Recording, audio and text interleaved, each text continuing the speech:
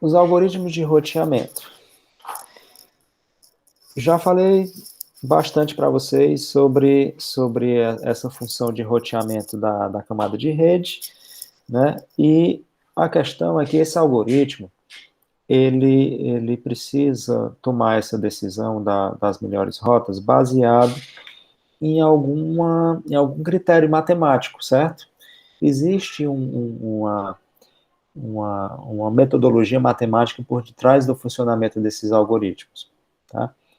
No final das contas, o que é preciso a gente descobrir é qual é o caminho de menor custo entre dois possíveis roteadores, tá? Então, o que se faz é pegar essa topologia da rede de roteadores e colocar isso no formato de um grafo, tá? Acho que a maioria de vocês já deve ter feito alguma disciplina aí de introdução a grafos, né, no curso. Então, o grafo, ele tem lá as arestas, né, tem os nós, tem as arestas. Você pode representar uma topologia de rede interna.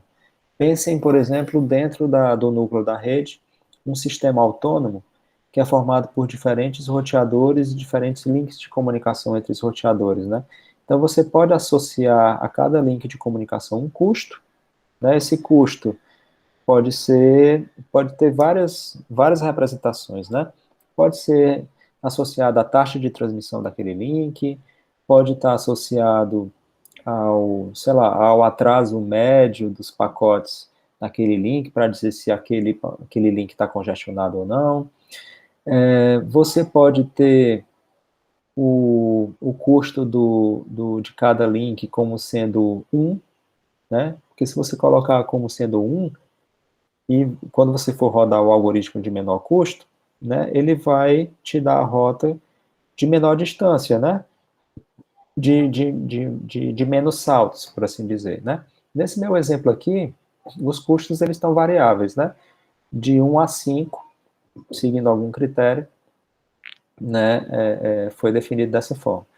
Então, intuitivamente, a gente consegue descobrir qual seria o menor custo, por exemplo, para rotear os pacotes do roteador 1 para o Z, né? Porque internamente no nosso cérebro a gente consegue visualizar a topologia inteira dessa minha rede, juntamente com os custos, e ver que o menor custo está indo aqui por baixo, né? Ó, o x, y, z, porque você tem custo total igual a 4 aqui, e esse é o menor custo dentre todas as possíveis rotas entre U e Z que possam existir aqui. Se você for por qualquer outro caminho, você vai ter um custo maior do que 4. Então, o menor custo aqui é o XYZ. Beleza, eu como ser humano eu consigo fazer essa visualização e esse cálculo, mas matematicamente, um algoritmo, como é que consegue fazer isso? Está rodando numa máquina, né? Então, o algoritmo de roteamento que está rodando de forma distribuída em todos esses roteadores aqui, eles precisam chegar nessa mesma conclusão, tá? E aí que entra aqui eu falo dos tipos de algoritmos de roteamento que existem, né? Tem os algoritmos de roteamento global e os descentralizados. O global é quando você precisa da informação da rede inteira, com a topologia de vizinhos e todos os custos envolvidos para poder rodar o algoritmo, né? Nos descentralizados, você não precisa dessa informação global de início, você precisa somente da informação dos vizinhos, e aí vai havendo uma troca de informações e esse resultado vai convergindo para o resultado final, certo? É um algoritmo que é iterativo. Tem os algoritmos de roteamento estáticos e os dinâmicos, tá? Os estáticos é quando esses custos eles não ficam mudando, ou então mudam de tempos em tempos muito, muito longos, né? Já os roteamentos dinâmicos, você permite que esses custos das arestas, né, do grafo, fiquem mudando, né, dependendo do tráfego, dependendo do congestionamento, etc., ou dependendo se um link foi quebrado ou não. Mas os roteamentos dinâmicos, eles têm problemas, eles apresentam problemas de questão de loops, às vezes eles não conseguem, por conta dessa dinamicidade, o algoritmo ele não consegue convergir para uma resposta, entendeu? Às vezes eles têm problemas, então tem formas de lidar com isso aí. Roteamento sensível à carga ou insensível à carga, né? A carga que eu digo é o congestionamento daqueles enlaces. E aí, foram propostas duas famílias principais de algoritmos de roteamento. Um é o chamado LS, vou escrever logo aqui. O LS é o de link state. Link state ou estado de enlace. E o outro é o DV. DV é o distance vector ou vetor de distâncias. São os dois principais modelos, né, de algoritmo de roteamento. Tá? O LS é caracterizado por esse primeiro aqui que eu falei para vocês, tá? É um roteamento global, que ele precisa ter um conhecimento completo e global sobre a rede, pelo menos a rede que ele está responsável ali daquele sistema autônomo, tá? E o DV, ele é um descentralizado, tá? Ele é iterativo e distribuído. Ele não precisa do tal da rede de início, tá? Então, vamos falar um pouquinho sobre o LS, né? O LS, eles precisam que todos os nós da rede, todos os roteadores, tenham uma visão idêntica e completa da rede, e aí cada um deles vai rodar de forma independente, a partir desse estado inicial que eles conhecem, né? Que precisa haver um passo anterior de um protocolo que permita que eles conversem entre si para chegar nessa visão idêntica e completa da rede, ou seja, precisa ter uma troca de informações anterior. E a partir daí, quando eles chegam nesse estado inicial, eles podem rodar de forma independente o algoritmo e eles vão chegar na mesma resposta. Tá? E aí, chegando na mesma resposta, eles configuram a sua tabela de repasse de forma independente e eles sabem que cada um chegou na mesma resposta, então as tabelas vão estar coerentes uma com as outras. Tá? Ou seja, o menor custo, eles vão chegar na conclusão de qual é o menor custo para se dentro daquela rede ali, tá? Esse algoritmo ele é baseado no algoritmo de Dijkstra. Vocês já devem ter visto ele na disciplina de grafos, tá? Eu não vou passar por ele aqui. Vocês podem dar uma olhada depois com calma nesse pseudocódigo, né? Fazer uma revisão aí do que vocês viram na disciplina de grafos. Mas eu vou dar um exemplo, né, que eu acho que vai fixar melhor aí a forma de funcionamento aí desse algoritmo, tá? Bom, o exemplo que eu vou dar é centrado aqui nesse roteador U, certo? Como eu falei para vocês, o roteador U e cada um dos outros precisou ter um conhecimento inicial da topologia da rede, ou seja, ele sabe quem são todos os nós presentes na rede e ele também sabe que dos custos, tá certo? E aí ele vai rodar um algoritmozinho que vai fazer o seguinte, olha, no primeiro passo aqui, cada linha dessa tabela é um passo iterativo para ir chegando na resposta, certo? Tem um subconjunto N aqui, que ele vai crescendo à medida que forem sendo adicionados novos nós nesse conjunto, tá? Esse conjunto, ele começa somente com o próprio roteador, que é ele mesmo, né? Essa tabela do algoritmo aqui, de execução do algoritmo, é baseada no U, tá? Então, quando esse subconjunto tem somente o U presente nele, quem é que o U tem como vizinhos, né? O U tem como vizinho o V, o X e o W, certo? Então, ele consegue calcular os custos para os seus vizinhos.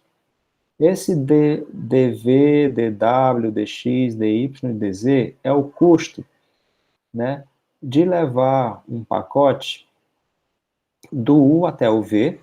Não? Então, do U até o V o custo é 2, do U até o W o custo é o 5, certo? Do U até o X o custo é 1, e do U até o Y é infinito e para o Z é infinito, porque não existe conexão ainda nesse primeira etapa aqui, não existe conexão do U para eles, porque eles não são vizinhos do U. Né? Então, coloca infinito. Esse P aqui é o predecessor, né? O predecessor para chegar no V é o nó anterior, foi o próprio U, né? Então, sempre há um U aqui, tá? Porque eu estou na primeira etapa ainda dos vizinhos do U. Uma vez que eu preencho essa primeira linha, eu vou selecionar o nó que apresentou o menor custo dos Ds, tá? Nesse caso aqui foi o X. O X tem custo 1, né? Entre ele e o U, tá? Então, eu seleciono o X, e o X vai ser o próximo elemento, o próximo nó que eu vou adicionar no meu conjunto no próximo step. Então, é como se eu dissesse o seguinte, olha, agora, na execução do meu algoritmo, eu tenho conhecimento do U e do X. Né? O que esse conhecimento a mais me faz mudar os custos da minha rede, do meu grafo. Né? Então, de conhecimento do U e do X, como é que eu chego agora no V? Continua sendo melhor, o menor custo continua sendo 2, ou passando pelo X eu tenho um custo menor agora? Né? Porque passando pelo X para chegar no V, eu tenho um custo 3. Isso ainda é maior do que indo direto do U para o V. Então, não modificou o menor custo para chegar até o V. Continua sendo o 2 e o predecessor continua sendo o U. Então, aqui não houve mudança. Mas vamos ver para o W. Para sair do U e ir até o W. Né? Antes eu tinha a opção de ir por cima, com custo 5. Quando agora eu adicionei o X ao meu conjunto, eu descobri uma nova rota para seguir, para chegar até o W. Se eu passar do U para o X, do X para o W, eu tenho agora um custo 4, que é menor do que o custo anterior que eu conhecia, que era o custo 5. Então, agora eu posso atualizar essa minha linha aqui. Eu boto que o menor custo para chegar no W é um custo 4, e o predecessor não vai ser mais o U. O predecessor para chegar no W agora é o X. Certo? Aí eu vou fazendo isso para os outros. Quando eu terminar de fazer esse cálculo para todos, né, nessa linha, eu vou selecionar agora qual é o que tem menor custo. No caso aqui estão empatados, né? O V e o Y estão empatados com custo 2. Eu posso escolher qualquer um dos dois, no caso aqui eu escolhi o Y, né? E eu adiciono o Y agora ao subconjunto, tá? E aí, de posse dessa nova informação, ou seja, eu tenho a informação do U, do X e do Y, né? O que isso modifica no cálculo dos menores custos, até chegar aos outros, né, aos outros nós. Então, eu vou fazendo isso, tá? Vou fazendo esses cálculos todos, e quando eu tenho... Quando é que o algoritmo para? O algoritmo para quando esse subconjunto N' aqui estiver completo, com todos os nós, né? Quando isso estiver completo, eu pego, né, as últimas linhas aqui dessas colunas e elas vão me indicar quais são os menores custos, ok? Esses caras aqui, que são os últimos aqui, né? Vejam que para o X não mudou nada, né? Desde do primeiro step, eu já descobri que o menor custo para chegar no X era através do U, né? E isso não modificou ao longo da execução do algoritmo, né? Ok? Então, de posse dessas últimas informações de menores custos aqui, eu consigo montar um mapa, uma topologia de menor custo da minha rede, né? E a partir dessa topologia de menor custo, eu consigo montar uma tabela de repasse, certo? Isso na perspectiva do U, né? Ou seja, se chega um pacote do U endereçado cujo destino seja o V, né? Através dessa minha topologia de menor custo, a minha decisão vai ser encaminhar pelo enlace aqui que me conecta ao V. Se chega um pacote endereçado ao W, o que é que eu tenho que fazer? Encaminhar do U para o X. E tanto para o X, para o Y, para o Z, todos eles, né, eu vou encaminhar aqui por baixo, porque para acessar qualquer um desses caras aqui, né, na perspectiva do U, o que eu tenho que fazer é encaminhar para o X. Né? Então, essa é a tabela de repasse do roteador U. E essa topologia de menor custo, ela vai poder ser encontrada para todos os nós daquela subrede. Então, todos eles vão chegar nesse mesmo resultado da tabela, vão poder construir essa mesma topologia de menor custo, e cada um vai poder montar a sua própria tabela de repasse, né, como resultado desse algoritmo. Tá? Então, esse é o algoritmo LS. O algoritmo DV é o de vetor de distâncias, né? Ele é distribuído, ele é iterativo, né? E ele é assíncrono.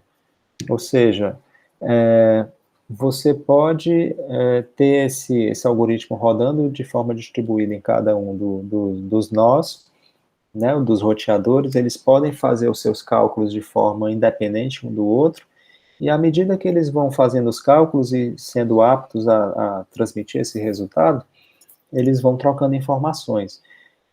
Então, o algoritmo DV, ele é baseado na equação de Bellman-Ford, né? Essa aqui é a equação que diz o seguinte, que para o caminho de menor custo entre o x, os nós x e y, tá? Eles têm que, é como se esse caminho entre o x e o y fosse um caminho longo, tá? Que eu não tenho conhecimento de cara qual é o melhor caminho para chegar entre o x e o y, mas eu posso quebrar isso em partes. Eu posso quebrar esse caminho em partes. Primeiro, eu vou do x até um vizinho V, certo? O V, ele é um vizinho de x, tá? Então, o x pode ter vários vizinhos. Então, tem um conjunto aqui de vizinhos que eu vou precisar fazer alguns cálculos, tá? Então, eu quebro o meu caminho em dois trechos. Um caminho do x até algum vizinho meu e uma estimativa de custo de quanto sairia de custo para levar o pacote do meu vizinho V até o destino final Y.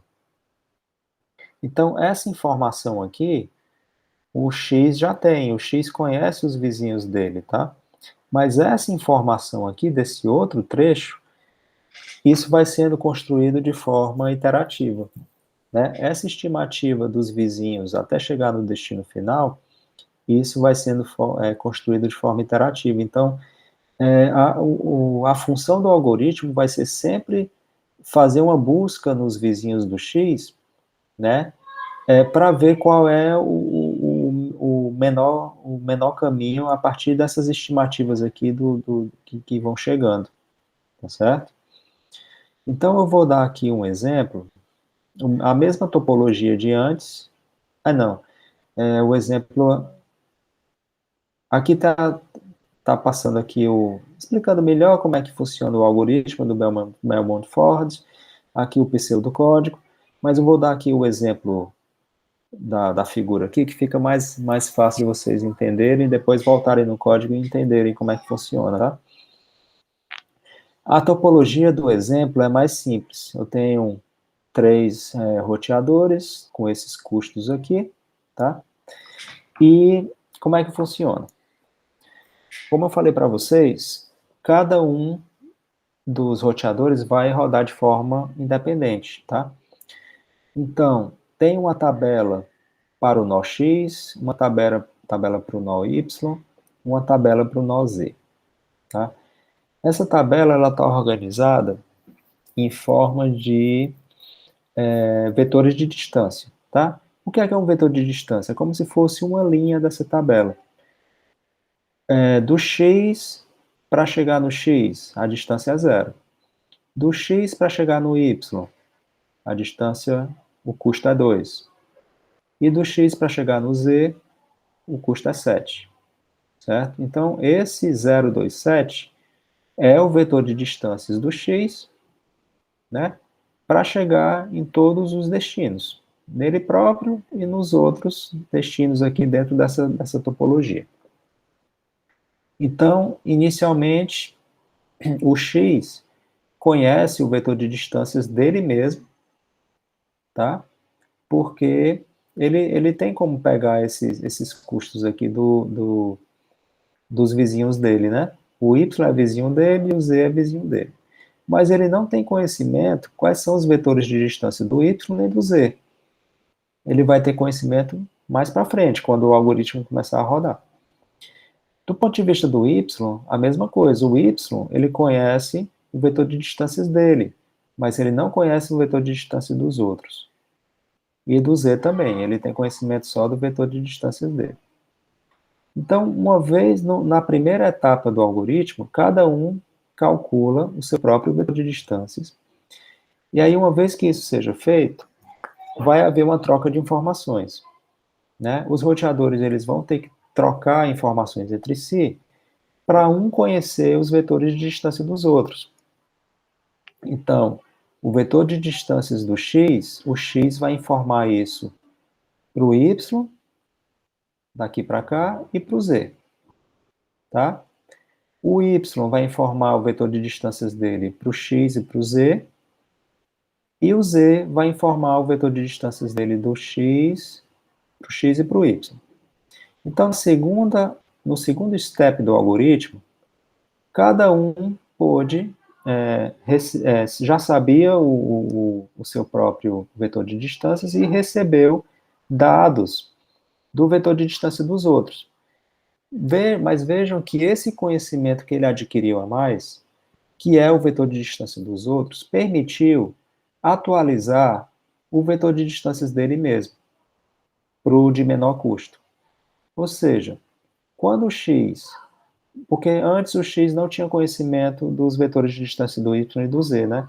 Então ele sabia que para chegar no z, a única forma que ele conhecia para chegar no z, saindo do x, era com custo 7. Então por isso que aqui era 0,27, né? Mas quando ele recebeu o vetor de distâncias do y, né? Que o vetor de distâncias do y era 2,01, ele soube que para chegar no z havia um caminho de menor custo, passando pelo próprio y. Então ele foi capaz de substituir esse valor 7 por 3, porque agora o menor custo não é indo aqui por esse 7, e sim indo por cima, 2 mais 1 é 3. Então ele atualizou o vetor de distâncias dele para um caso melhor, de menor custo. Então os outros também podem fazer o mesmo. Tá? O Z aqui também fez a mesma coisa. Antes, o vetor de distâncias que ele conhecia era 710. Quando ele recebeu informações dos outros, ele atualizou para 310. Tá? Então, eles fazem essa atualização nos vetores de distâncias e aí trocam informações novamente né? Cada um compartilha com os outros o seu próprio vetor de distâncias, né? E vão para o passo seguinte do algoritmo, interativo, né? No passo seguinte do algoritmo, eles fazem a mesma continha lá da equação do Belmont-Ford para decidir se tem um custo menor, né? E vejam que nesse terceiro step do algoritmo, todos eles convergiram para a mesma resposta. Os vetores de distância aqui nesse terceiro step já não modificaram mais, ou seja, eles convergiram para uma mesma resposta de menor custo. Tá? Então, o algoritmo DV, ele funciona assim. Então, vejam que esses passos que eu descrevi aqui estão todos, né, descritos aqui nessa forma de pseudocódigo aqui, tá certo? Depois vocês podem olhar com calma. E aqui tem uma comparaçãozinha aqui entre as características do DV e do LS, tá? E aí isso aqui eu já comentei com vocês, da questão do roteamento hierárquico, que é quando se precisa rodar algoritmos de roteamento internos dentro aqui dos AS, tá? O AS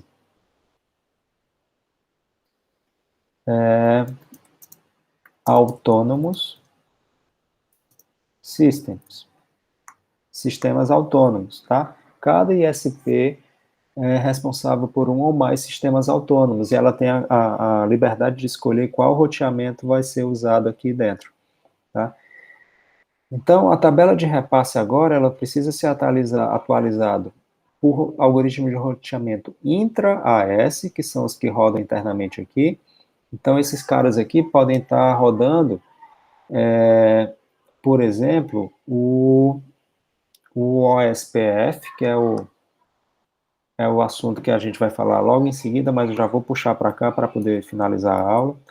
O OSPF, ele é baseado no algoritmo link state, tá? E o HIP, ele é baseado no algoritmo DV, Distance Vector, tá? O SPF e HIP são algoritmos padronizados na internet, implementados na prática, tá? Mas por detrás deles, né, o algoritmo rodando é o LS e o DV que a gente acabou de descrever. Então, algoritmo de roteamento intra-AS pode ser um desses dois, basicamente, o SPF e o HIP. Cada ISP vai decidir o que se encaixa melhor para as suas necessidades. E o algoritmo de roteamento inter-AS vai ser o BGP, que é o que é utilizado na prática, né, na internet para rodar, ok? Então, a interação entre esses algoritmos aqui de roteamento vai ser necessária para atualizar as tabelas de repasse. E aí, aqui, eu vou ter que pular isso aqui, porque não vai dar mais tempo, a gente já estourou aqui a nossa hora, mas vocês podem dar uma lida aqui, é tranquilo, tá? Aqui é descrevendo como é que é o HIP, tá? Que é baseado aqui no DV, certo? Como é que é o funcionamento do HIP, e o OSPF, que é baseado aqui no link state, ok? Então, eu dou mais aqui algumas informações sobre o OSPF, como é que ele funciona, e o BGP, que é o Border Gateway Protocol, né, protocolo de roteador de borda, que é aquele protocolo inter-AS lá, tá? Que vejam aqui que esses diferentes sistemas autônomos, eles precisam trocar informações entre si para poder o BGP funcionar. Então, o BGP, ele estabelece sessões entre esses roteadores de borda aqui dos AS, tá? Essas sessões são conexões TCPs, que o BGP estabelece entre os roteadores aqui para fazer uma troca de informações e ele poder fazer os cálculos que ele necessita para fazer o né, o roteamento entre os AS.